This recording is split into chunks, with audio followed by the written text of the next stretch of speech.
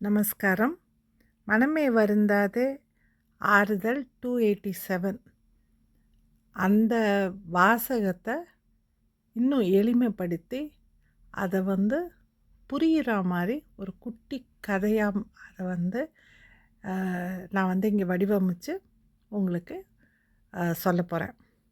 வாங்க முதல்ல அந்த வாசகத்தை பார்ப்போம், அப்புறமா அந்த குட்டி கதையை நம்ம பார்ப்போம். உன்னுள் இசைக்கும் கானம் ஆன்மாவை தாளாட்டும் போது நீ மட்டும் ஏன் தள்ளாடுகிறாய்? பார்வை வெளியே சிதறியதால் வந்த ஏமாற்றமா?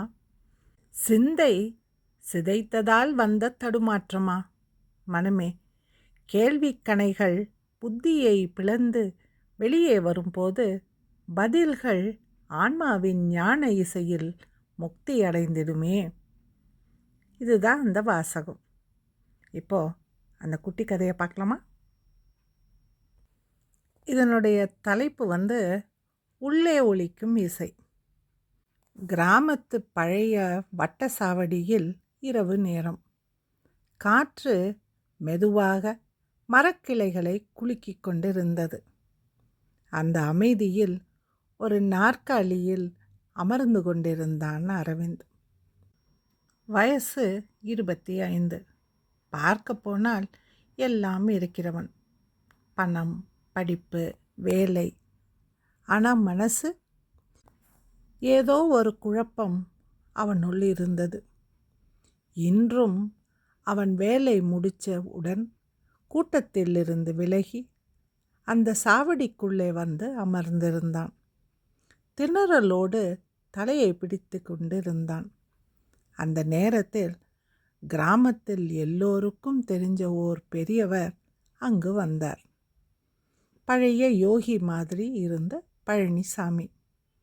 அவருடைய கண்களுக்குள் ஒரு வித்தியாசமான அமைதி. அருகே கேட்டார், ஏண்டா அரவிந்தா, கண்ணில் ஏதோ தள்ளாட்டம் தெரிகிறதே. அரவிந்த் சிரிக்க முயன்றான். ஆனால் சிரிப்பு கண்களில் வரவில்லை.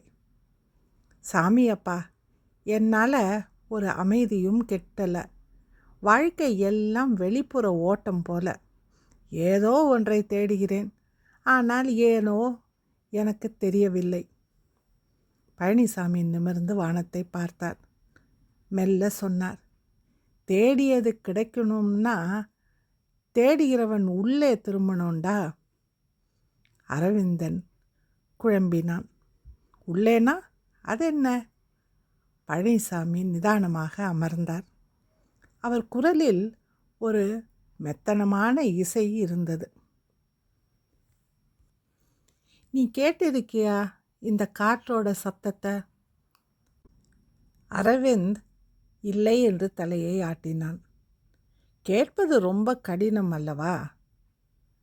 அதுதான் பிரச்சனைடா. உள்ளே பேசுகிற குரலை நீங்கள் கேட்கறதே இல்லை.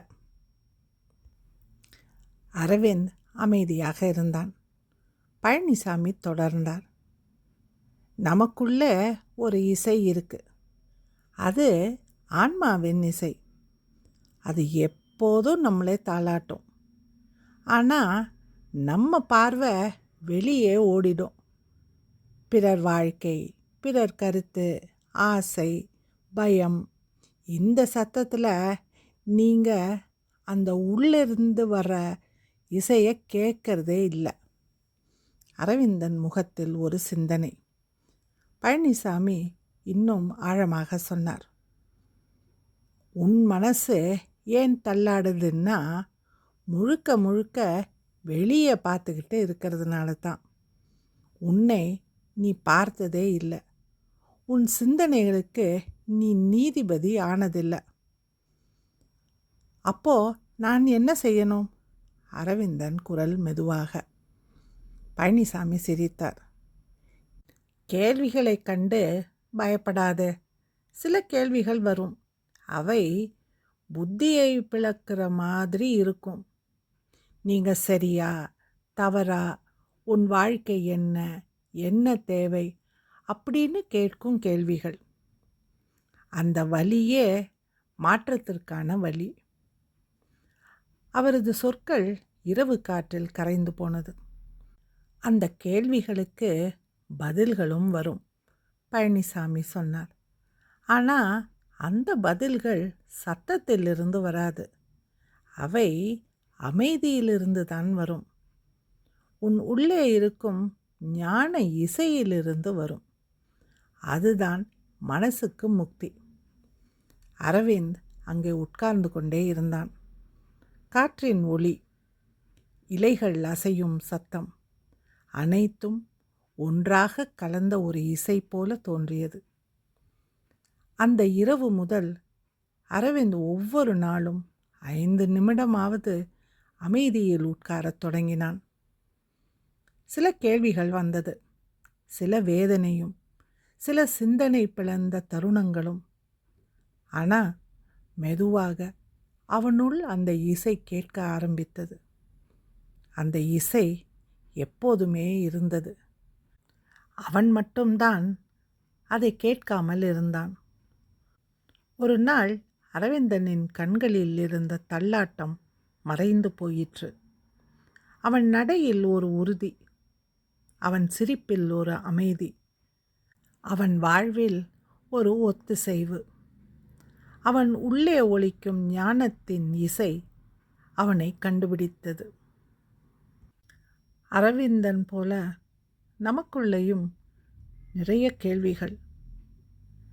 நான் எதுக்குள்ளே வாழறேன்? எதுக்காக இந்த போராட்டம்? என்னதான் நான் உண்மையாக தேடுகிறேன்? இந்த கேள்விகள் புத்தியை பிளக்கிற மாதிரி இருக்கும், வேதனையை தரும், திகைப்பை உண்டாக்கும். ஆனால் இதுதான் மனிதன் வளர்கிற தருணம்.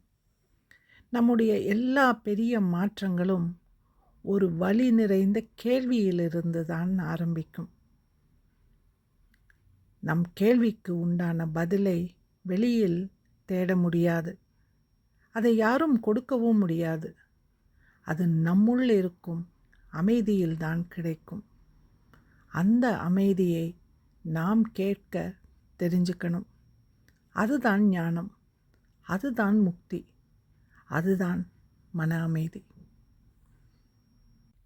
இந்த குட்டி கதை உங்களுக்கு பிடிச்சிருக்கும்னு நான் நம்புகிறேன்.